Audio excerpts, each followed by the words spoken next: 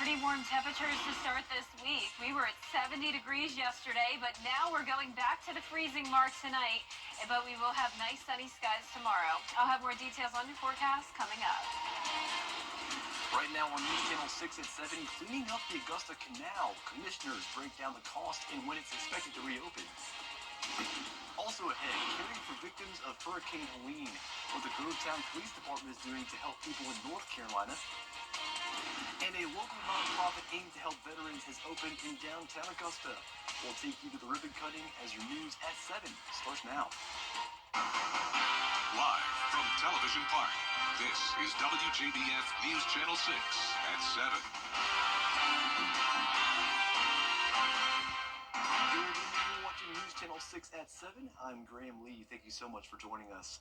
Coverage you can count on begins with headaches from Helene not going away on the Augusta Canal. The storm knocked off the water system offline and did a lot of damage to the canal bank, and the repairs will take months and cost millions.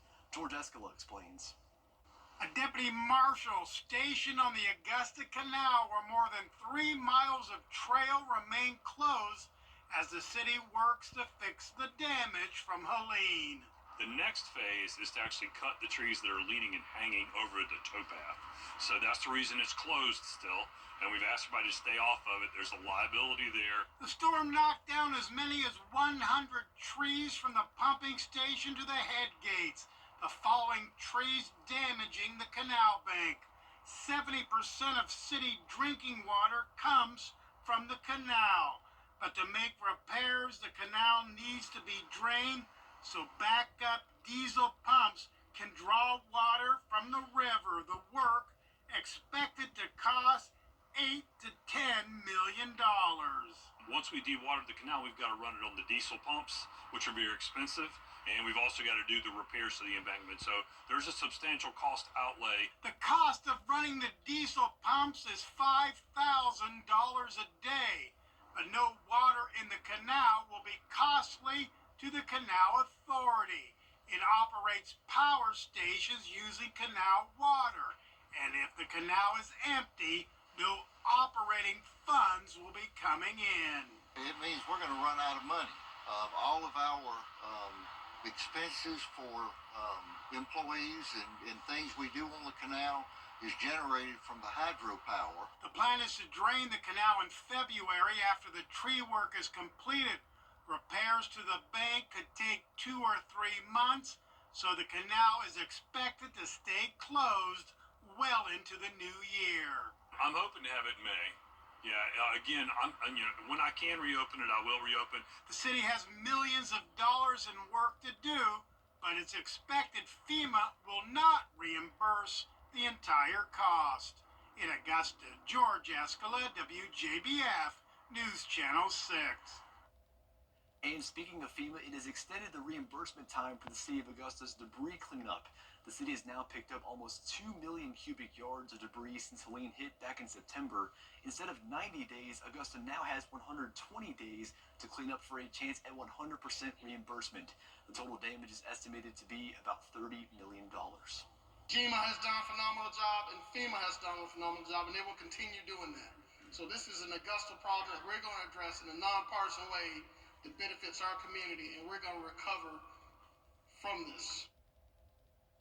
Steve Castle with ISM Engineering says the target date to get everything picked up is February 1st.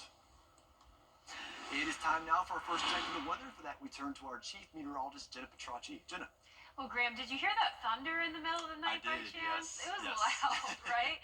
I saw in some Facebook groups around the area, some people were wondering what the sound was, and it was just thunder, but I don't blame you for asking. It was pretty scary. Our rainfall totals climbed to around 2 to 3.5 inches in some of our northern counties like Saluda and Edgefield. The majority of the CSRA picked up only around an inch of rain, and some places only at around a half an inch of rain, such as Augusta. Wrightsville really didn't pick up too much, so we didn't have any issues with flooding, and luckily we did not have any severe storms this morning, but it sure has been windy. Winds have been coming in from the northwest, sustained at around 5 to 12 miles per hour, so they're definitely much lighter than they were earlier. Winds are still gusting up to around 20 to 30 miles per hour, and we have a lake wind advisory that lasts until 1 o'clock in the morning, so it will still be breezy for the rest of tonight. We're under clear skies, and we have the cold air settling in. So here's a look at our Terry Lambert Hyundai Skyview cam in Waynesboro. Our temperatures were interesting today. So notice the high is 67, but you're probably thinking there's no way it was 67 in the afternoon. And that is correct. Our high was actually reached overnight tonight.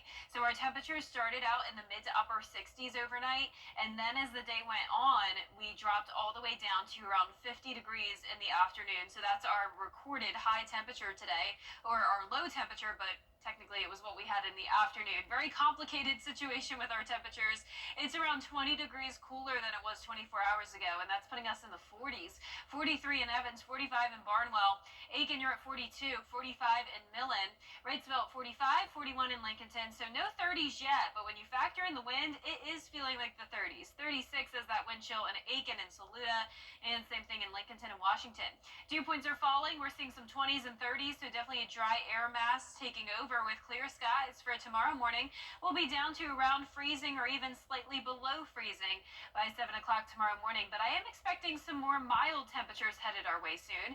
I'll have a look at your full Viper 6 forecast coming up, but back to you, Graham. All right, Jenna, thanks. Well, here we are 2 weeks away from Christmas Day, and one of our police departments is doing a special way to give back. I had the chance to speak up and talk to the Grovetown Police Department just about that. As recovery efforts continue across Columbia County, businesses and agencies continue to feel the effects of a lien outside the CSRA. They had lost everything they had. I'm talking about their daily operational type items, obviously to patrol cars.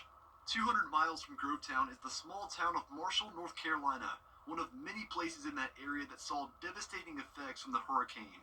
The Marshall Police Department was hit especially hard, operating with little equipment since the storm hit. That's why Grovetown Police Chief Jamie Kitchens wanted to get involved. He basically came before council and asked if we would consider surplusing any of the vehicles that we had to this department. We voted on it, and it passed unanimously, and they delivered those cars to them a couple of days ago. The cars became available because Grovetown is moving towards SUVs, but they had one more thing to do before sending the cars up to Marshall. And we had Sinorama volunteered to do the decaling for their agency as well.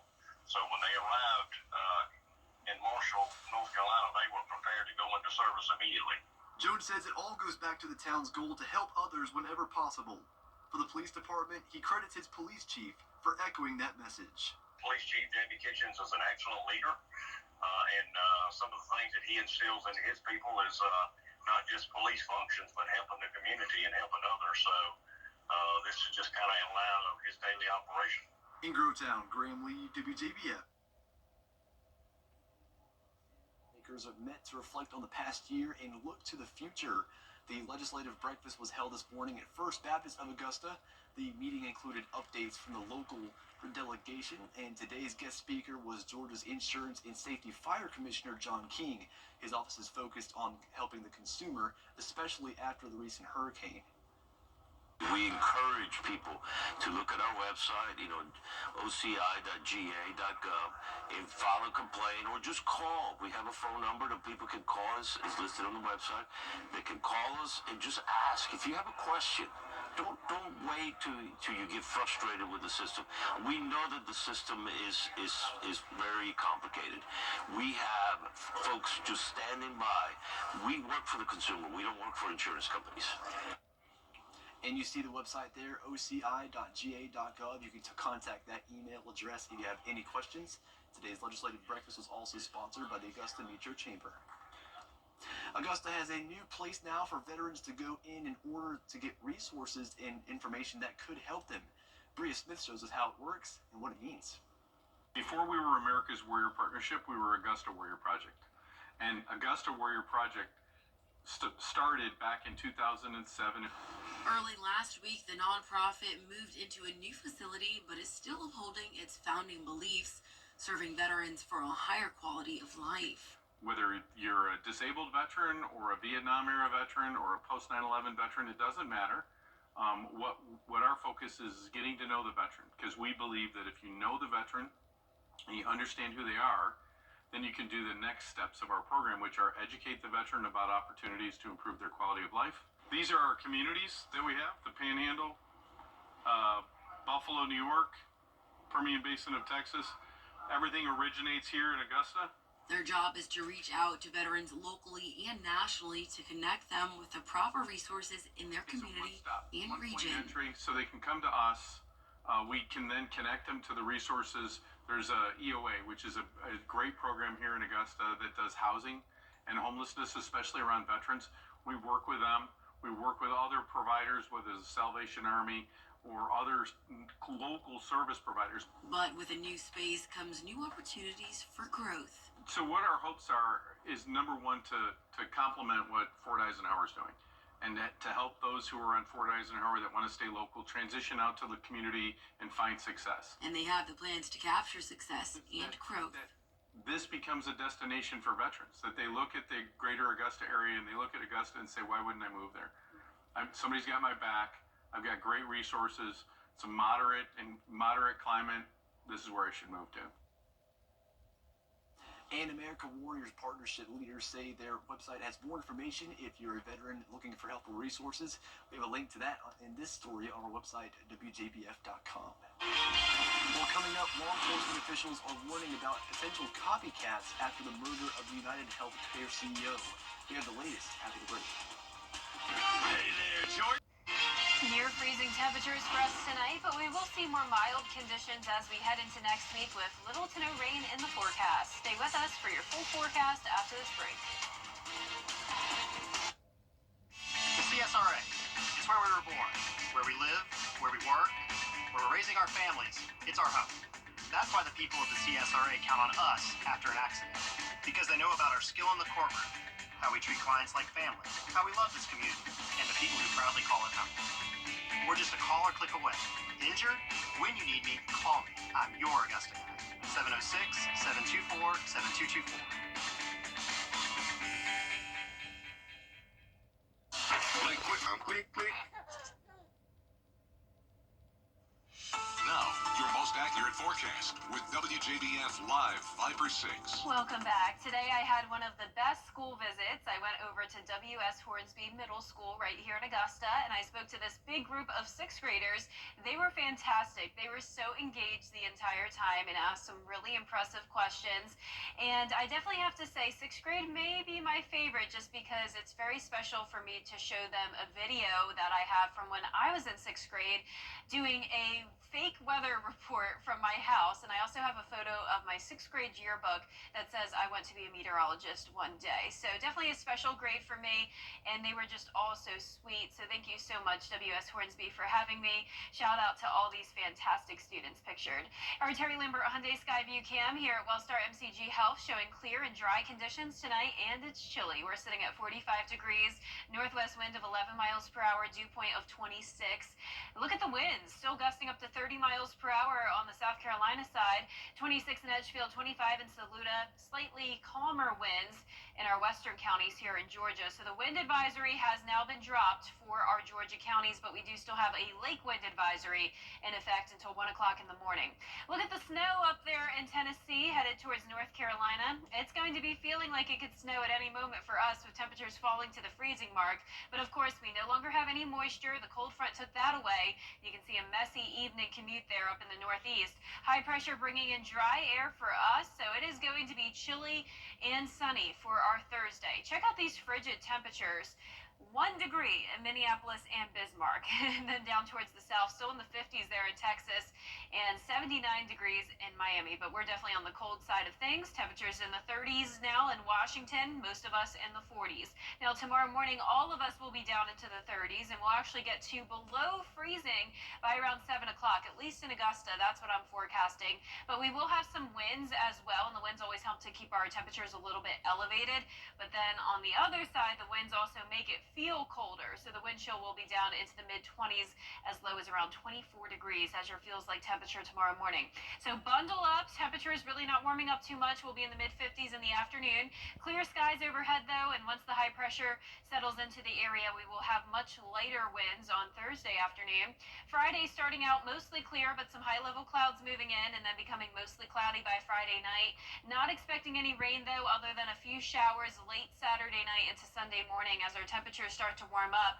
Mid-30s Saturday morning, and then back to the mid-40s starting on Sunday morning. And then I'm expecting highs to be on the mild side, mid to upper 60s for our third week of December. But we'll be nowhere near the 60s tonight. Lows will be down to around 30 to 34 degrees. Highs tomorrow in the low to mid-50s, putting us around 10 degrees below average. And here's a look at your 10-day forecast. Pretty much a partly cloudy next 10 days.